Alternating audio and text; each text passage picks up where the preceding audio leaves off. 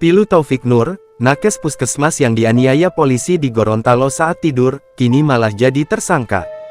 Nasib seorang tenaga kesehatan nakes bernama Taufik Nur kini jadi tersangka setelah diduga dianiaya oleh oknum polisi.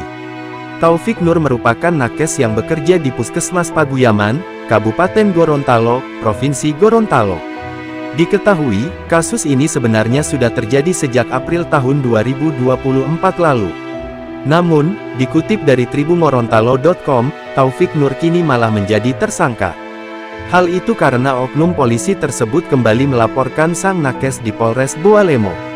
Saat dikonfirmasi tribunggorontalo.com, Kepala Puskesmas Paguyaman, Zulha Japakai membenarkan terkait penetapan tersangka terhadap Taufik Nur, Jumat tanggal 8 November tahun 2024.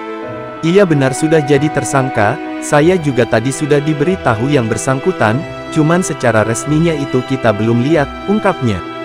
Kendati demikian, Zulha mengatakan, stafnya Taufik Nur sampai dengan hari ini masih aktif dan masuk kantor seperti biasanya.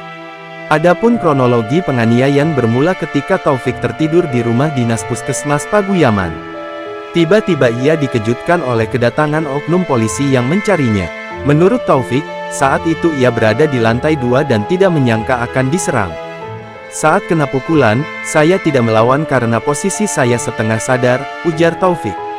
Ia menjelaskan, situasi saat itu gelap dan pintu kamar dalam keadaan tertutup.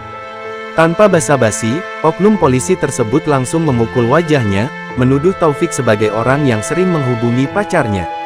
Perkelahian antara Taufik dan oknum polisi tersebut berlangsung sengit hingga akhirnya berhasil dilerai oleh warga.